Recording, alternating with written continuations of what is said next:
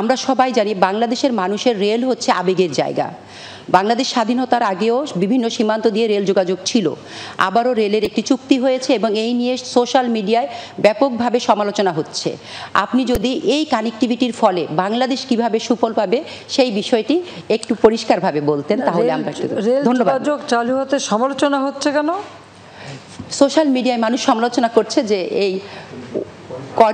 করিডোরের কথা বলছে এবং সবসময় বলে যে ভারতকে বাংলাদেশ বিক্রি করার একটি ষড়যন্ত্র চলে। এই দেশের মানুষের যারা সবসময় অপপ্রচার চালায় তাদের একটি মুখরোচক গল্প, সেই গল্পের আমরা পরিষ্কারভাবে। আমার একটা প্রশ্ন আছে যে বিক্রিটা তাহলে ওজনটা কিসে মাপছে? কোনো কিছু বিক্রি হলে যেটা ওজন মাপা হয় না। এখন তো অবশ্যই ইলেকট্রনিক মেশিন আছে, আগে তো দাড়ি পাল্লায় হতো, তো কিসে মেপে বিক্রি হচ্ছে আর বিক্রিটা হয় কিভাবে? বাংলাদেশ স্বাধীন দেশ, মুক্তিযুদ্ধ করে আমরা স্বাধীনতা অর্জন করেছি এবং যারা সমালোচনা করে তাদের জানা উচিত সারা পৃথিবীতে একটি মাত্র মিত্র শক্তি যারা মুক্তিযুদ্ধের সময় আমাদের মুক্তিযোদ্ধাদের সাথে কাঁধে কাঁধ মিলিয়ে নিজেদের রক্ত ঢেলে দিয়ে এই দেশ স্বাধীন করে দিয়েছে। আমাদের সমস্ত মুক্তিযোদ্ধারা সেখানে ট্রেনিং পেয়েছে।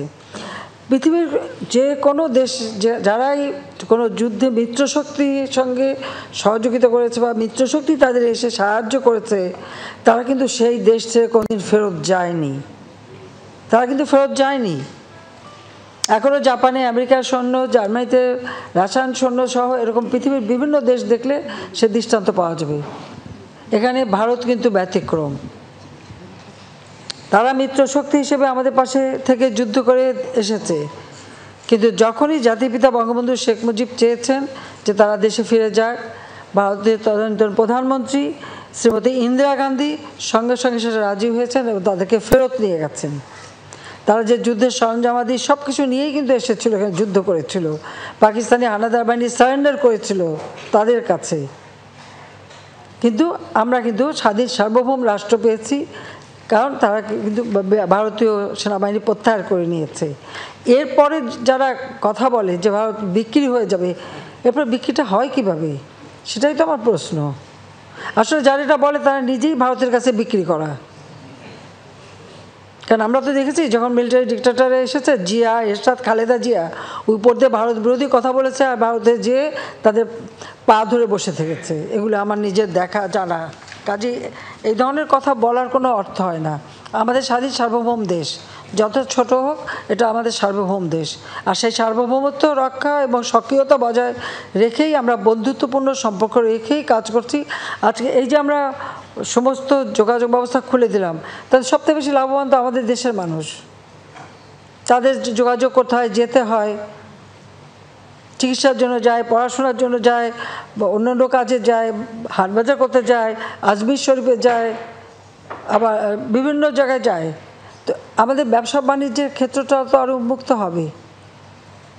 যেখানে বিক্রি আমরা করি না, যারা কথা বলে তারা বেচার জন্য অথবা ওই ইউজ মি, মানে ব্যবহার করুন আমাকে, এই নিয়ে বসেই থাকে। এটা হলো বাস্তবতা।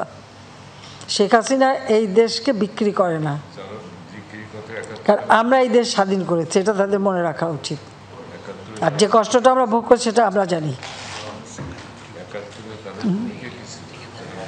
না। যারা বিক্রির কথা বলে ৭১ সালে তারা পাকিস্তানি দালালি করছে, আর কি করেছে?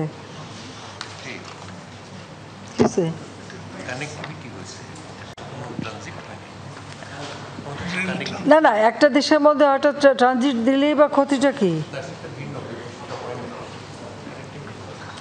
আর রেল যেগুলি বন্ধ ছিল আমরা সেগুলি আস্তে আস্তে খুলে দিচ্ছি, তাতে আমাদের ব্যবসা বাণিজ্যে সহজ হচ্ছে, আমাদের ওই অঞ্চলের মানুষগুলি উপকৃত হচ্ছে, তাদের উৎপাদিত পণ্য বাজারজাত করার সুযোগ হচ্ছে, বা যে সমস্ত জিনিস আমাদের দেশে আনা সেগুলি আনার সুযোগ হচ্ছে। অর্থনীতিতে এটা বিরাট অবদান রেখে যাচ্ছে। আমরা বাংলাদেশে কি চারিদিকে দরজা বন্ধ করে বসে থাকবো? সেটা হয় না, কোনো দেশ পৃথিবীতে থাকে না। আজকে ইউরোপের দিকে তাকান, সেখানে কোনো বর্ডারই নাই, কিছুই নাই। তাহলে কি একটা দেশ আরেক দেশের কাছে বিক্রি করে দিয়েছে?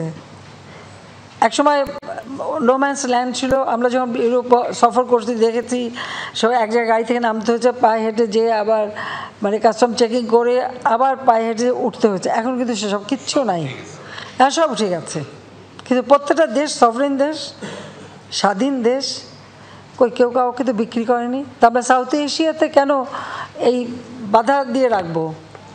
কারণ আমাদের দেশের মানুষগুলির কথা চিন্তা করতে হবে, কারণ আমাদের মানুষের ভাগ্য পরিবর্তন করাটাই আমাদের সব থেকে বেশি প্রয়োজন।